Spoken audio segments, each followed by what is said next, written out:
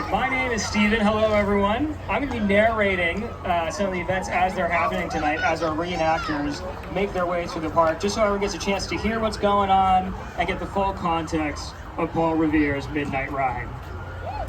John Larkin and Carl Conant, these are friends of Paul Revere here. They have brought the horse that Paul is going to ride. You'll see another horse and rider as well, because Paul was not the only rider this night 250 years ago. So far, Paul has been busy. First, he instructed a friend to hang 1 or 2 lanterns in the Old North Church, though it wasn't so old then, as a signal for the movements of the British Army.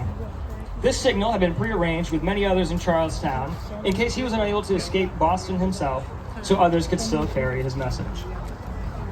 After, he was quietly rowed over to Charlestown, past the HMS Somerset, which lurked in the dark waters of the Charles River. You'll not be hearing him shout, "The British are coming" tonight, for 2 reasons. First, everyone was British. The revolution hadn't started yet. Second, this was a mission of utmost secrecy. The army patrolled the streets of Boston and Charlestown, and many of Paul Revere's fellow colonists were still loyal to the Empire. Paul was not alerting everyone, but rather a network of co-conspirators to prevent the arrest of key leaders, Samuel Adams and John Hancock, and protect the stores of arms and gunpowder. Now, as Paul arrives, he confirms with Larkin and Conant that they have seen the signal, the 2 lanterns in the church tower. This means the army plans to move by sea across the Charles River into Cambridge, rather than march by land over Boston Neck. As Paul takes the horse from Larkin and Conant, they remind him to move quietly and avoid the patrols that will stop him if he is caught. This mission was especially risky for Paul, as this wasn't his first ride to warn others of the army's movements. For example, 4 months ago, Paul had traveled 40 miles to Portsmouth through bitter wind and deep snow because he and others had mistakenly thought that British regulars were being sent to reinforce Fort William and Mary. Now, I don't know how many of you here tonight have ridden a horse, but I'm sure you can imagine how difficult that journey would be without a windshield, interior heating, paved roads, all the modern luxuries. Paul's warning led to colonists seizing the arms and powder from the skeleton garrison of only 6 men. Sometimes this is called the shot not heard around the world. Eventually, in response to the colonists' attack, the British would reinforce the fort, as Paul had warned, but by the time they arrived, the guns and powder had long since been spirited away. Because of this, the British were keeping a close eye on Paul and his movements. His missions were so well known that his name had even been circulated in London newspapers. Now, as we return to the scene in front of us, there's the 3 men talk, there is some tension in the air. They're about to subvert the will of one of the most powerful armies, if not the most powerful army on Earth. And that army knows who Paul is. They are patrolling these very streets, and it is a long road to Lexington and Concord. You may notice that neither Larkin nor Conant are riding this night. Given the circumstances, they may be making the more sane decision.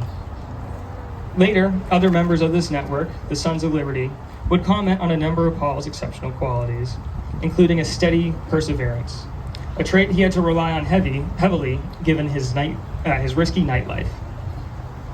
Although Paul was confident he could outmaneuver and outride the British patrols, let's remember that he did not ride alone this night.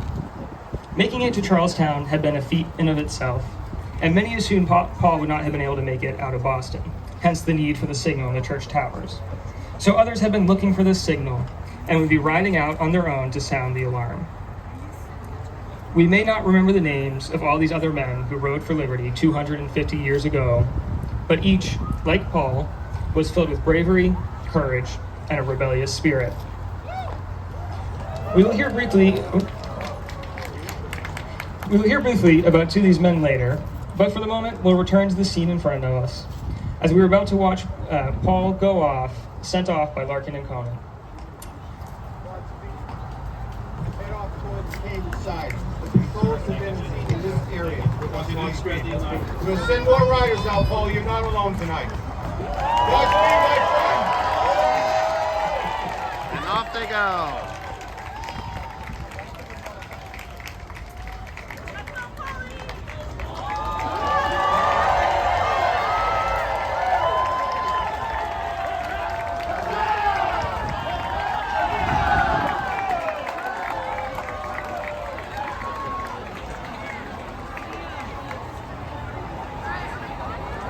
Now, as Paul rode out that night, he would later narrowly avoid capture in Charlestown before altering his planned route to arrive in Medford instead and alert the militia there. He would then ride on through Mentone, now called Arlington, before arriving in Lexington just after midnight. There, he would meet William Dawes, another one of the many riders that night, and the two would continue on to Concord to meet a third rider, Dr. Samuel Prescott, along the way. Soon, all three were intercepted by a patrol. While Prescott and Dawes managed to escape, Paul was caught and had his horse confiscated. Alone and on foot, he would return in Lexington just in time to witness the end of the battle there. That is the story of Paul Revere as it happened this night 250 years ago.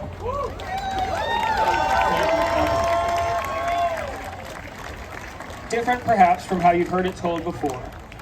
Now, I hope you all stay a little bit longer. We have a few more speakers coming up, including Joe Bagley, who will be talking about how these events would ultimately shape Charlestown's past and present landscape.